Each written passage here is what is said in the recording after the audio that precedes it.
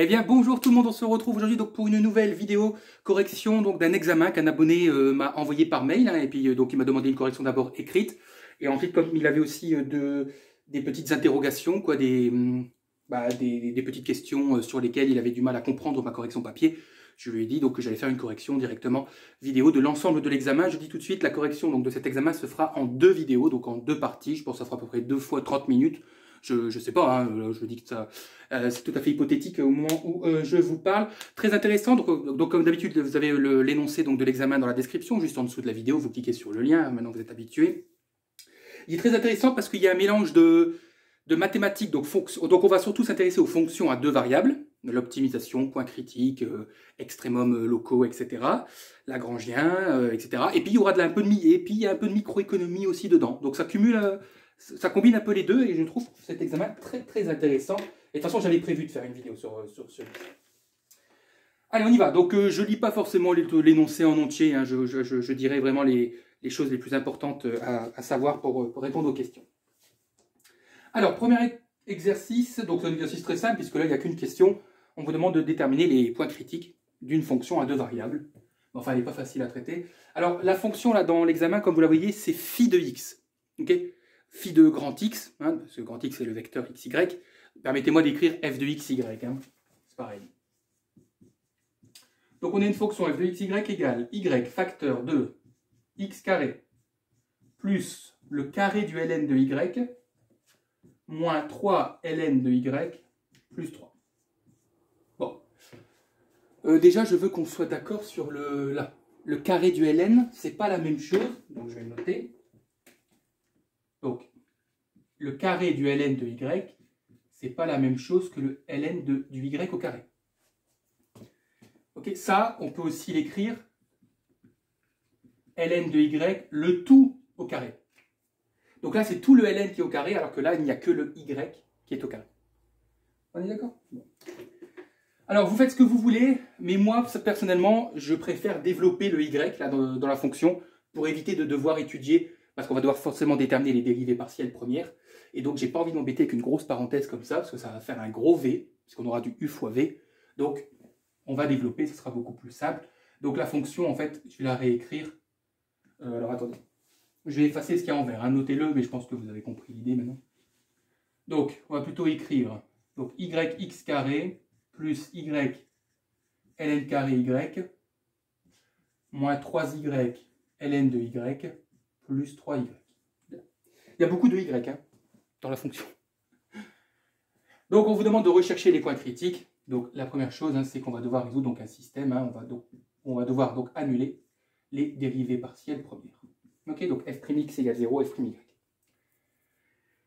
égale 0. C'est la première étape.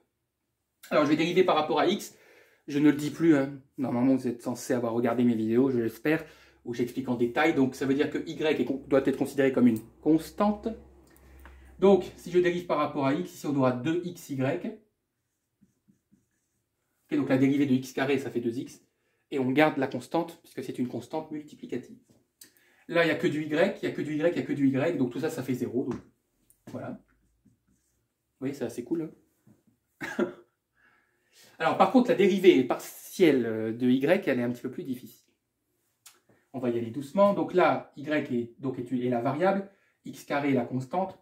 Donc il va rester x carré. Je vais écrire plus petit parce qu'il me faut de la place. Plus. Alors ici, le y carré de ln de y, il faut le considérer comme du u fois v. Donc on y va. U', ça fait 1 fois v plus u fois v'. C'est le plus difficile. Hein. La dérivée du carré de ln. Je vous ai dit que le carré du ln, c'est tout le ln qui est au carré. Donc il faut considérer dans votre formule que c'est du u puissance n. Donc u puissance n, c'est n. Donc c'est la puissance. Fois u', la dérivée de ln, c'est 1 sur y. Fois v, ln de y. Puissance n moins 1, donc 2 moins 1, ça fait 1. Voilà ce que ça donne. Ok? Moi, et j'aurai pas la place, c'est pas grave, je vais écrire en dessous. Là, c'est pareil. Hein? Donc il faut considérer ça comme du u fois v. Donc u', donc 3y, ça fait 3, fois v, donc ln de y. Okay. Alors mettez, oui, pardon, autant pour moi. Mettez un crochet parce que le moins s'adresse à tout ce qu'on va écrire. Donc là, on a écrit U'V, okay, donc 3 fois ln de y, plus U, donc 3y, fois V', donc la dérivée de ln, c'est 1 sur y. Okay. Et la dérivée de 3y, permettez-moi d'écrire ici, ça fait 3. Il faut vous habituer. Hein. Alors bien sûr, ça va se simplifier vachement bien. Et donc le tout égale 0. Voilà. Alors ce qu'on va faire, c'est qu'on va d'abord simplifier ça, là. La dérivée partielle de y, et ensuite, on va s'intéresser au point critique. Vous allez voir, c'est très facile en fait. Hein. Donc x carré, on va le laisser. Hein. Okay. Plus donc le carré de ln, ben, on va le laisser aussi, hein. On va rien faire. Plus, alors regardez ici, on a y là, et on a un y qui est au dénominateur, donc les y vont s'annuler. Donc on aura, regardez bien hein, ce que je fais, hop, on enlève les y. Donc on a 2 fois 1, ça fait 2, donc on a 2 ln de y. Moins, alors je vais simplifier ce qu'il y a dans le crochet. Pour 3 ln de y, je ne peux rien faire. Ici c'est pareil, j'ai 3y et j'ai un y qui est au dénominateur, donc les y vont pouvoir se simplifier. Donc il va rester 3. Okay. Et le 3, on le laisse tranquille, égale 0. Ce qui nous fait donc x carré plus ln y au carré plus 2 ln de y moins 3 ln de y moins 3 plus 3 égale 0. Moins 3 plus 3, ça s'annule. On a 2 ln de y moins 3 ln de y, ça fait moins ln de y. Donc on a x carré plus ln carré de y moins ln de y égale 0. Voilà, vous avez vu, on a réussi à vachement simplifier la dérivée partielle première de y. Alors reprenons le premier là, 2xy égale 0. Vous devez résoudre ce système. Ok? Donc vous devez normalement, quand on résout un système, on exprime x en fonction de y ou y en fonction de x, et on remplace dans l'autre équation. On choisit une équation, etc. Bah, là, le problème, c'est que là, ça m'embête parce que je ne peux pas exprimer x en fonction de y en fonction de x. Parce que 2xy égale 0 à quel moment? À partir de quel moment 2xy est égal à 0? Bah, soit, donc je vais noter que ça, c'est l'équation 1. Ok, et ça c'est l'équation 2. Donc si je reprends l'équation 1, 2xy égale 0, la seule possibilité, c'est que x égale 0 ou y égale 0. Ouais, parce que si l'un des deux vaut 0, bah, le tout vaut 0.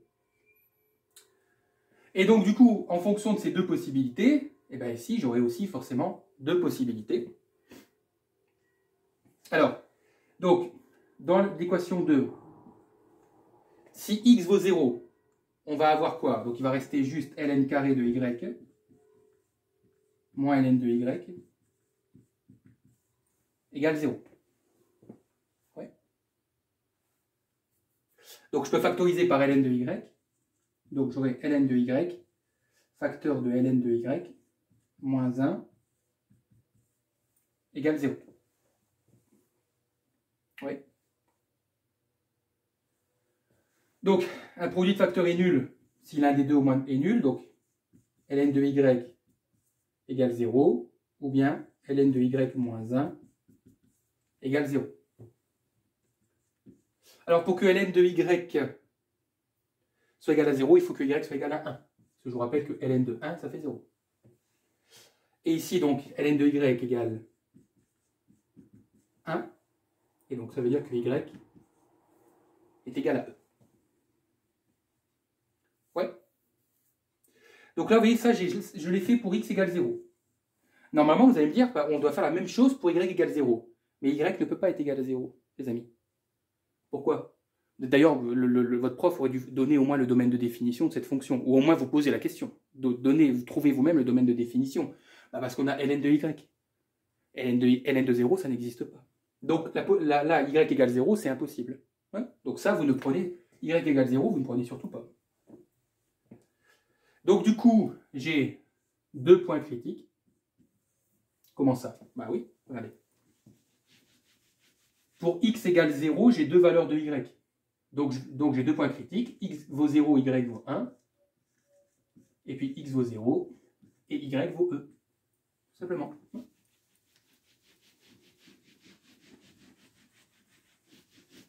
Mettez sur pause, hein, pour recopier. Ça va? Donc voilà, on a trouvé nos 2 points critiques. On ne nous demande pas la nature des points critiques. Quand on vous dit rechercher les points critiques, vous vous arrêtez là. Si maintenant on vous demande la nature, là on vous demande est-ce que ce sont des maximums, des minimums, des points sel, etc. Mais là c'est pas demandé, donc on a répondu, on a fait l'exercice, quoi.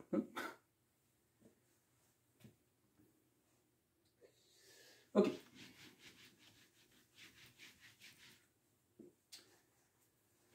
Ça va pour ça? Alors l'exercice 2, ah oui. Donc l'exercice 2, c'est un exercice sur l'optimisation d'un programme de consommateur. Donc là, on est dans la pure microéconomie. Mais j'aime bien la façon dont les questions sont posées dans l'exercice 2, parce que c'est de la microéconomie, mais les questions sont posées de manière très mathématique. Donc ça change d'habitude. Alors je donne que les informations essentielles de l'énoncé. Donc en gros, on vous dit qu'on a un consommateur, hein, dont le revenu est 150, le prix du bien 1 égale 10, le prix du bien 2 égale 5. Chose extrêmement courante. Et la fonction donc d'utilité, c'est 2 racines de Q1 plus racine de Q2. Et la première question, on vous demande tout simplement de construire le Lagrangien, puisque on va devoir déterminer donc l'optimum, hein, en gros ce qu'on appelle l'équilibre du consommateur, ou bien c'est la même chose de dire chercher l'optimum du consommateur, c'est la même chose de dire résoudre le programme du consommateur, tout ça ce sont des synonymes quand on pose cette question. Donc là on vous demande de construire le Lagrangien, hein, qui est associé au problème d'optimisation. Apparemment vous êtes habitué à Lagrangien, c'est la fonction d'utilité, moins ce qu'on appelle le multiplicateur de Lagrange, qu'on appelle. Vous pouvez mettre plus lambda, c'est pas gênant. Ceux qui mettent plus lambda, c'est pas gênant. Et à l'intérieur, qu'est-ce que j'écris? J'écris ce qu'on appelle la contrainte. Alors la contrainte, c'est quoi? En microéconomie du consommateur, la contrainte, c'est ce qu'on appelle la contrainte budgétaire. Okay, donc, j'ai la note CB. Hein. Contrainte budgétaire, c'est quoi? C'est que le revenu est égal tout simplement au prix du bien 1 multiplié par la quantité du bien 1 plus le prix du bien 2 multiplié par la quantité du bien 2. En gros, ça veut dire que le revenu est totalement dépensé dans la consommation du bien 1 et dans la consommation du bien 2. Donc ça, c'est la contrainte. On ne va certainement pas l'écrire avec le égal, parce qu'on ne peut pas mettre un égal dans une fonction qui contient déjà un égal. Hein. Enfin bref, c'est une absurdité mathématique. Donc l'idée, en fait, c'est de faire passer tout, on va dire, à gauche. Hein. Donc on aura R moins P1 fois Q1, moins P2 fois Q2. Et bien sûr, vous remplacez par les valeurs. Donc vous avez 150 moins 10 Q1, moins 5 Q2. Voilà en quoi consiste l'écriture du Lagrange. Je me rends compte que j'écris pas droit. Ouais, si, ça va. Bon, c'est un peu de biais, mais c'est pas gênant.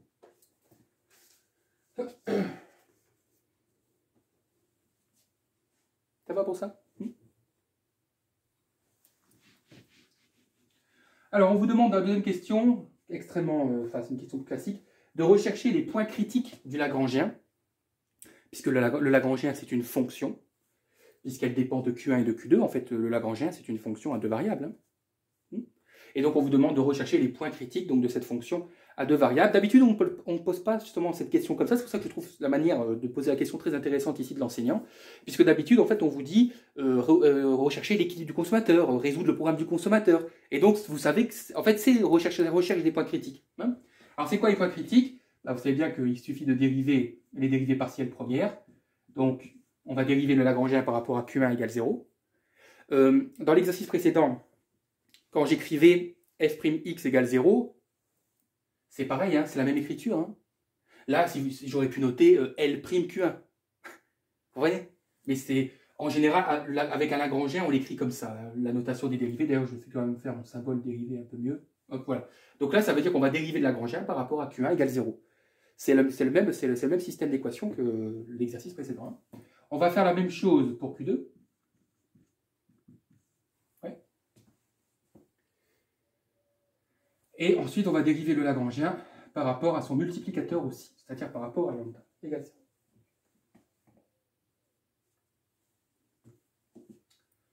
Alors, on y va. Donc, Q2, si je dérive par rapport à Q1, c'est que Q2 est une constante. Alors, 2 fois racine de x, c'est 1 sur 2 racine de x. Plus racine de Q2, c'est une constante additive, donc ça fait 0. Alors, lambda, là, il faut être habitué, hein, les amis. Là, j'ai fait plein de vidéos, je vous ai expliqué en détail comment on dérive ça. vous pouvez développer pour faciliter les choses. Lambda est une constante, hein, puisque je dérive par rapport à Q1. Donc c'est surtout ça qui va m'intéresser. Donc déjà, on aura moins lambda fois moins. Donc déjà, on aura quelque chose qui va ressembler à du plus. On aura 10 lambda Q1. La dérivée de 10 lambda Q1, il reste que 10 lambda. Il reste que la constante multiple. La dérivée de 2 Q1, ça fait 2. Donc la dérivée de 10 lambda Q1, ça fait 10 lambda. Et tout ça, c'est des constantes, donc ça fait 0. Hop, et là, donc égale 0. Même chose donc pour Q2. Donc 2 racines de Q1, c'est une constante additive, ça fera 0. Racine de Q2, ça fait 1 sur 2 racines de Q2. Et là, bah, vous aurez le corollaire, c'est-à-dire que vous aurez 5 lambda. Ok, on doit dériver 5 lambda Q2, donc ça fait 5 lambda égale 0. Et la dérivée par rapport à lambda, donc toute la première partie, ça fait 0, puisque Q1 et Q2 sont des constantes. Et donc si vous dérivez par rapport à lambda, bah, en fait, il vous reste tout ça. Parce que ça, c'est ma variable, et ça, c'est une constante. Donc la dérivée de ma variable, ça fait 1, et du coup, il va rester que la constante. En gros, pour le dire autrement, pour pas que vous preniez trop la tête, vous recopiez la contrainte budgétaire. Hein. Je ne sais pas si vous remarquez, mais en fait, ça, c'est la contrainte budgétaire. Alors, on va noter donc 1, 2, 3. La troisième, vous la mettez de côté, on va s'en occuper après. Alors, ce que vous allez faire, avant de faire une division, c'est que vous allez faire passer les lambdas à droite. Donc, vous allez avoir... Alors déjà, regardez, permettez-moi de simplifier les deux qui sont ici. Hein. On aura 2 sur 2, ça fait 1. Donc, il va rester 1 sur racine de Q1 égale moins 10 lambda. Là, il va rester 1 sur 2 racines de Q2 égale moins 5 lambda. Et ce qu'on va faire, c'est qu'on va diviser les deux premières équations. Donc, on aura 1 sur racine de Q1 sur 1 sur 2 racines de Q2 égale moins 10 lambda sur moins 5 lambda.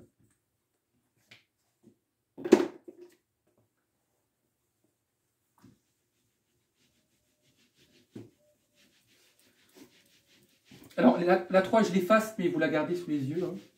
On va en avoir besoin juste après. Alors, regardez la partie de gauche, là. Il faut tomber dans le reflet, mais... Ah non, même pas, tout pile. La partie de gauche, là, vous avez deux quotients qui se divisent. Vous savez que diviser, ça revient à multiplier par l'inverse. Donc, je peux écrire 1 sur racine de Q1 multiplié par 2 racines de Q2 sur 1. Égale... Les moins disparaissent, les lambdas disparaissent, et 10 divisé par 5, ça fait 2. Donc, on regroupe les deux quotients, là, 1 fois 2 racines de Q2, bah, ça fait 2 racines de Q2, et racine de Q1 fois 1, ça fait racine de Q1. Égale 2. Du coup, maintenant, c'est très facile, ça nous fait donc 2 racines de Q2 égale 2 racines de Q1. Okay, vous faites passer le dénominateur racine de Q1 à droite, donc ça devient 2 racines de Q1. Les 2 disparaissent, hein, parce que 2 quelque chose égale 2 quelque chose, bah, il n'y a plus de 2. Donc ça fait racine de Q2 égale racine de Q1. Et donc Q2 égale Q1. Je fasse mes barres parce qu'on dirait que j'écris des A. Et là, vous reprenez votre troisième, c'est-à-dire votre contrainte budgétaire. Donc 150 moins 10 Q1 moins 5 Q2 égale 0. Et vous remplacez, comme vous voulez, hein, soit Q2 par Q1, soit Q1 par Q2, c'est pareil. Donc on aura 150 moins 10 Q2 moins 5 Q2. Et du coup, vous vous retrouvez avec une équation à une inconnue. On va pouvoir trouver la valeur de Q2. Donc ça fait 150 moins 15 Q2 égale 0. Ça fait 150 égale 15 Q2. Q2 égale 10. Et comme Q1 est égal à Q2, Q1 sera aussi égal à 10.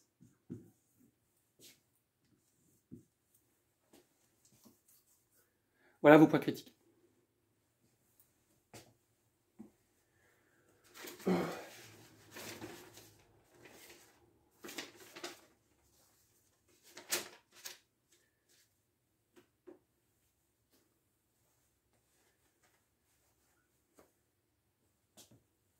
Alors, on vous demande dans la prochaine question d'établir les dérivées secondes du Lagrangien.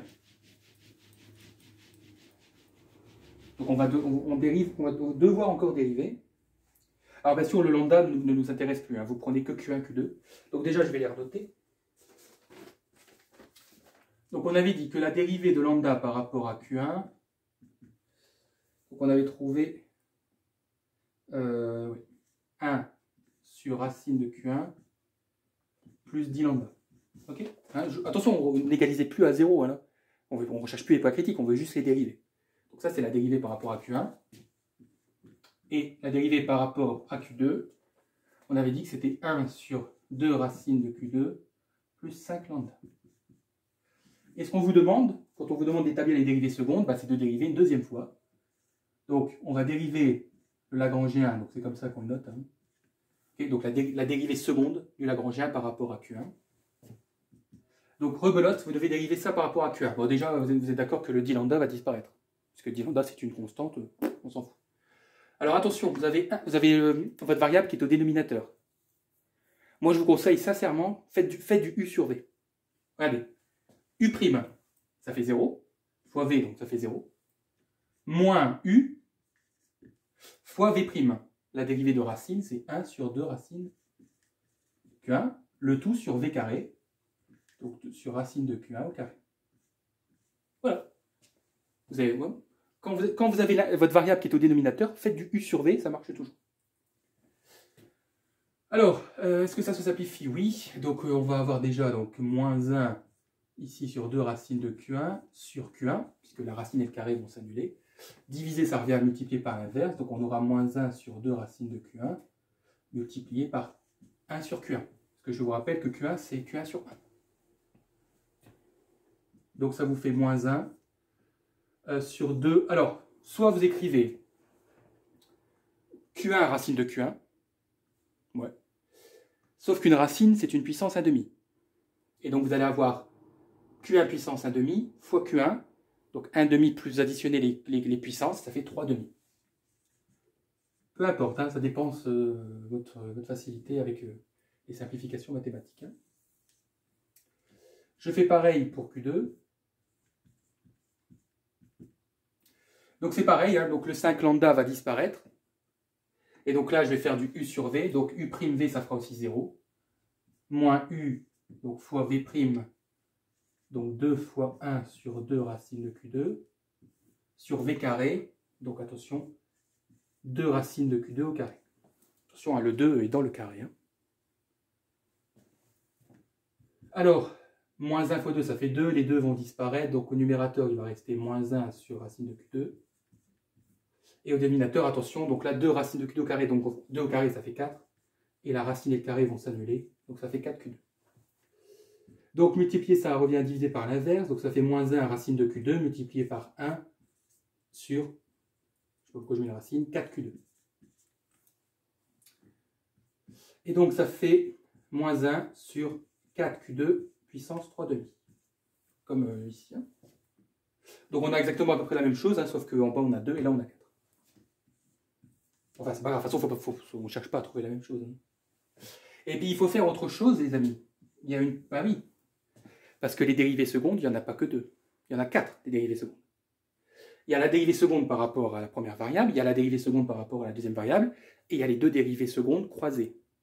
Mais vous avez de la chance parce que les 2 dérivées secondes croisées sont toujours égales. Donc en fait, il suffit d'en faire une. Ça consiste en quoi? Alors déjà, voici comment on le note. Donc on va dériver, donc c'est la dérivée seconde du Lagrangien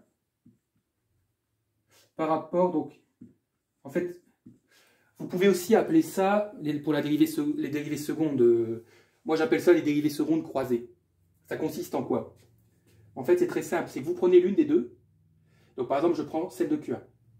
Et ce que vous allez faire, en prenant donc celle de Q1, la dérivée donc partielle de Q1, c'est que vous allez la dériver par rapport à Q2.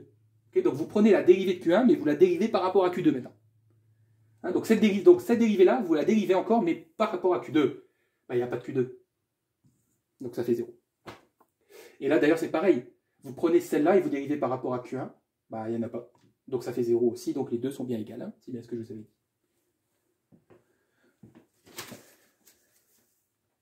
Ça va?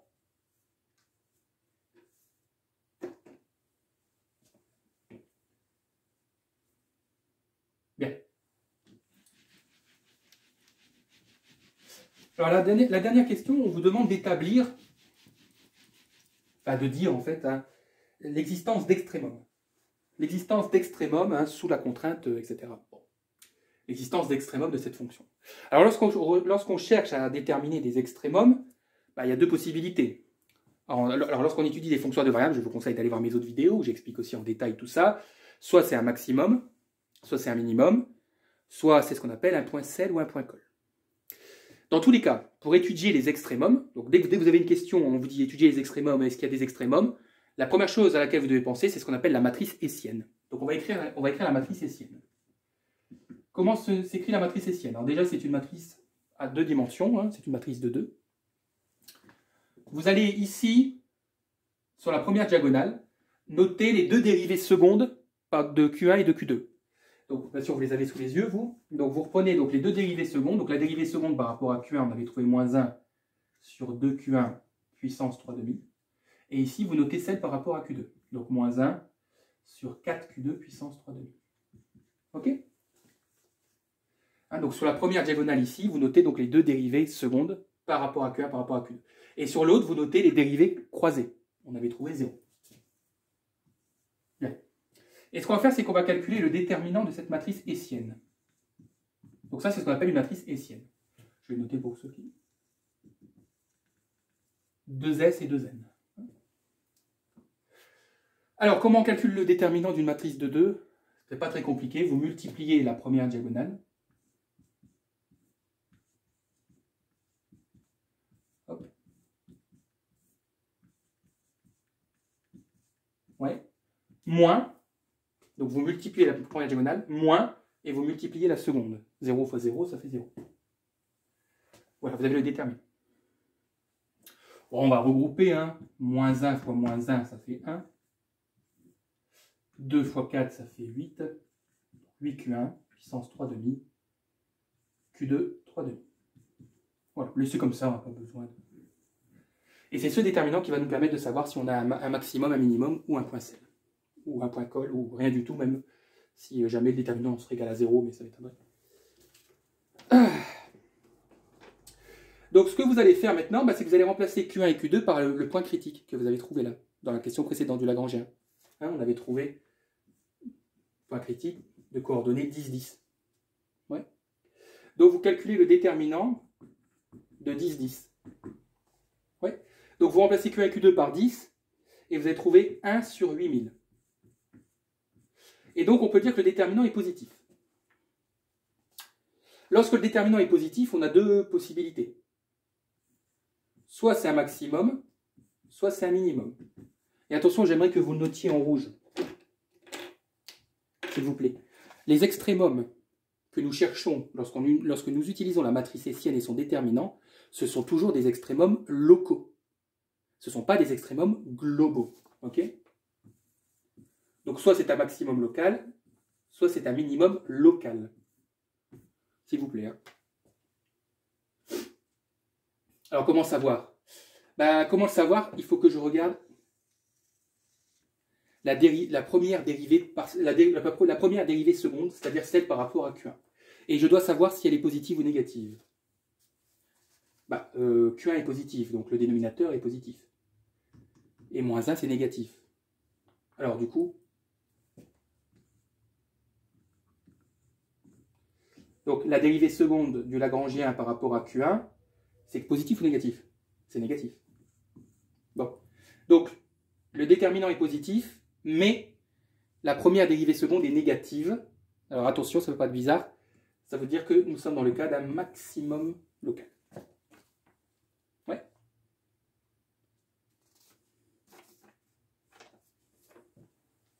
Donc, qu'est-ce que ça veut dire? Ça veut dire que ce point-là, là, de coordonnées 10, 10, est un maximum local. Enfin, ce point critique, pardon.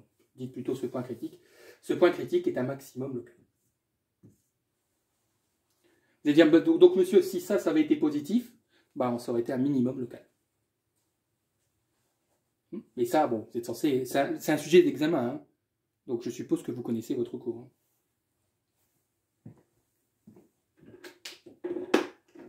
Ça va pour ça? Ouais.